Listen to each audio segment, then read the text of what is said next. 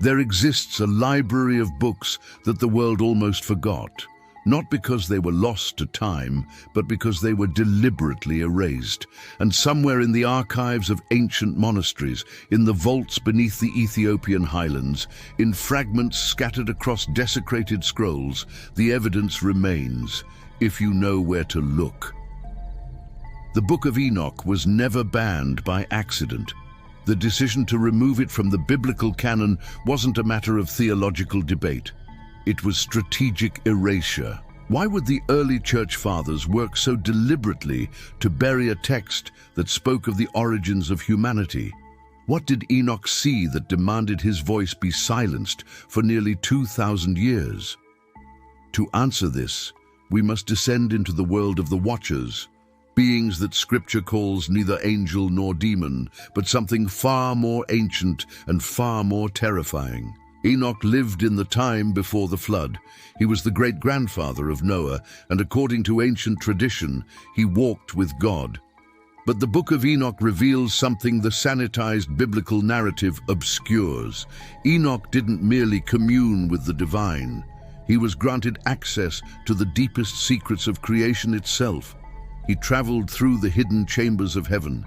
He witnessed the architecture of the cosmos, and he saw what the Watchers, the angelic beings tasked with observing humanity, had done when they descended to earth. The account is stark and unsettling. 200 Watchers broke their covenant with the divine order. They took human women as wives. They taught mankind forbidden arts, metallurgy, weaponry, cosmetics, sorcery. They revealed the secrets of the heavens to a species not yet ready to bear such knowledge. And from this union came the Nephilim, giants of immense power and corruption. The text doesn't describe them as myths. It describes them as a plague. What makes the Book of Enoch so dangerous isn't merely its narrative, it's the specificity. Enoch names them. Azazel, who taught humans the art of making weapons and cosmetics. Barakijal, who taught astrology. Kokabiel, who revealed the signs of the stars. Each name carries weight. Each revelation suggests that our ancestors weren't primitive wanderers, but recipients of advanced knowledge from non-human sources. Knowledge that came with a catastrophic price. The early church fathers understood the implications immediately. If the Book of Enoch was authentic, and the Dead Sea Scrolls would later confirm its antiquity, then the official narrative of human history required revision. The clean separation between the divine realm and the human realm had been violated. The boundary between sacred and profane had been breached, and those breaches had consequences that echoed through generations. By the 4th century, Enoch was labeled apocryphal, heretical, not scripture, not inspired, not to be read by the faithful. The text was deemed too dangerous, too revelatory, too close to truths that might destabilize the emerging orthodoxy. Yet the Ethiopian Orthodox Church kept it. They preserved what others destroyed. And in 1773, when European scholars finally gained access to an Ethiopic manuscript, the West confronted a text it had spent 13 centuries trying to forget. The Dead Sea Scrolls confirmed what scholars had suspected. Fragments of Enoch dated to the Second Temple period, making it older than most of the New Testament. Early Jewish communities considered it scripture. It was cited in the Book of Jude, embedded within the very canon that later rejected it.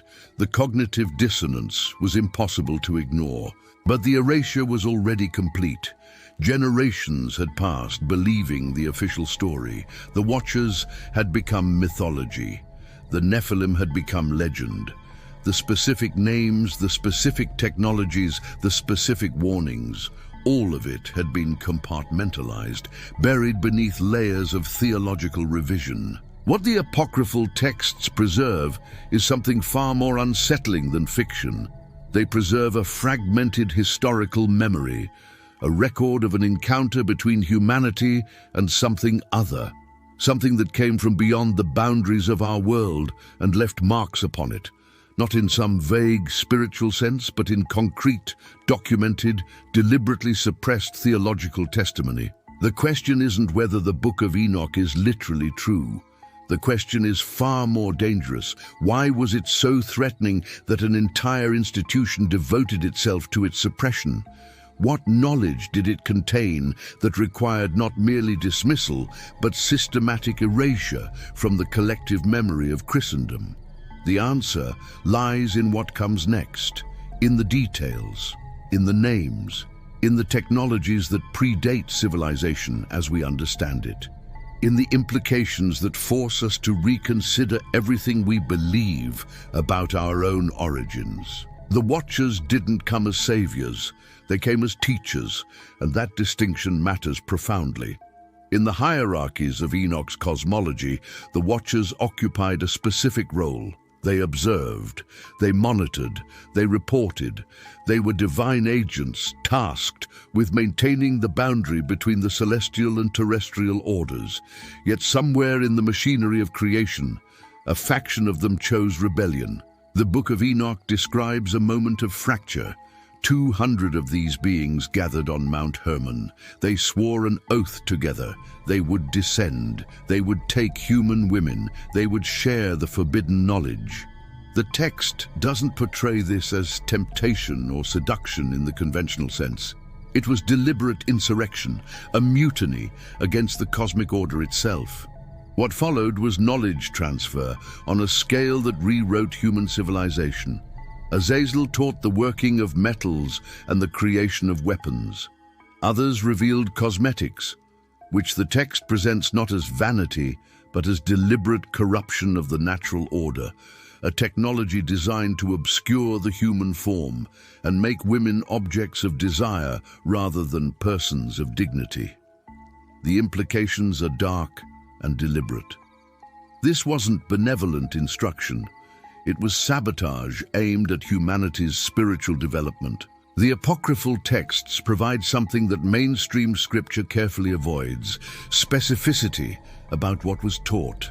Astronomy, astrology, the measurement of time, the signs of the stars and their movements, calendar systems, mathematics. All of it presented not as neutral knowledge, but as power. Knowledge that elevated certain humans above others, that allowed for manipulation, control, and the establishment of hierarchies. The Watchers weren't sharing information equally.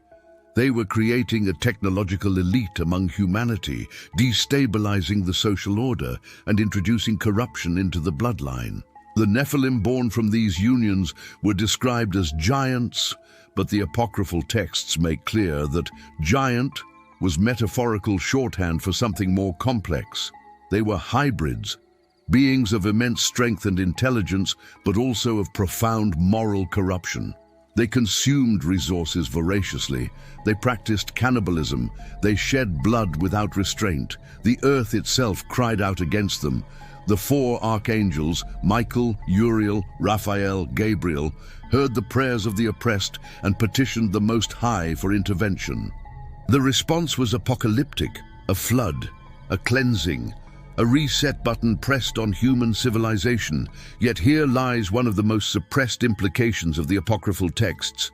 The Nephilim didn't completely disappear. The Book of Enoch and other ancient sources, including the Book of Numbers, reference giants existing after the flood: Og of Bashan, the Anakim, the Emim. Goliath himself would emerge centuries later as a remnant of this hybrid bloodline. The flood didn't erase them. It contained them, it reduced their numbers, but it didn't achieve complete annihilation. This detail alone challenges the narrative of linear human progress.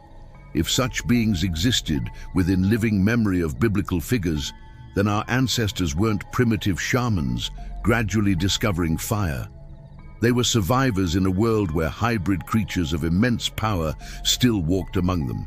They were building civilizations in the shadow of the Nephilim remnant. They were contending with something that our modern consciousness has relegated entirely to myth. The apocryphal texts preserve this memory. They document it. They insist upon its historical weight. and the institutional church understood the danger.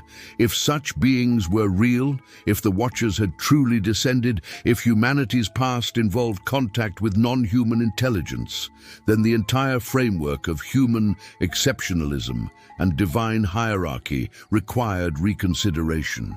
By the medieval period, these texts had been successfully compartmentalized. They were preserved in isolated monasteries, protected by Ethiopian tradition, but inaccessible to the broader Christian world. The narrative had been simplified. Angels were merely spiritual, demons were spiritual abstractions, giants were poetic exaggeration. The apocryphal texts, too specific, too insistent, too unwilling to allegorize, were deemed unsuitable for faithful consumption. Yet scholars who have engaged seriously with these texts, from medieval theologians to modern archaeologists, have noted something curious. The apocryphal accounts contain geographical specificity, genealogical precision, and astronomical knowledge that shouldn't exist in texts created without access to certain instruments or accumulated data. Some elements predate known human capacity for such observation. The texts reference phenomena and locations with accuracy that demands explanation. The question becomes unavoidable. What are we looking at? Historical memory preserved in mythological language? Symbolic encoding of actual events, or something that challenges our fundamental assumptions about what ancient peoples could know and record? The apocryphal texts won't provide easy answers. They demand interpretation, engagement, intellectual courage. They require us to sit with discomfort, the discomfort of not knowing, of confronting possibilities that mainstream scholarship still dismisses. But those who dare to read them are forced to confront a singular, troubling proposition. Our understanding of human origins might be incomplete, and there are those who have worked systematically to ensure it remains so. The texts survive, the truth waits, and the question remains, will you follow where the Watchers lead?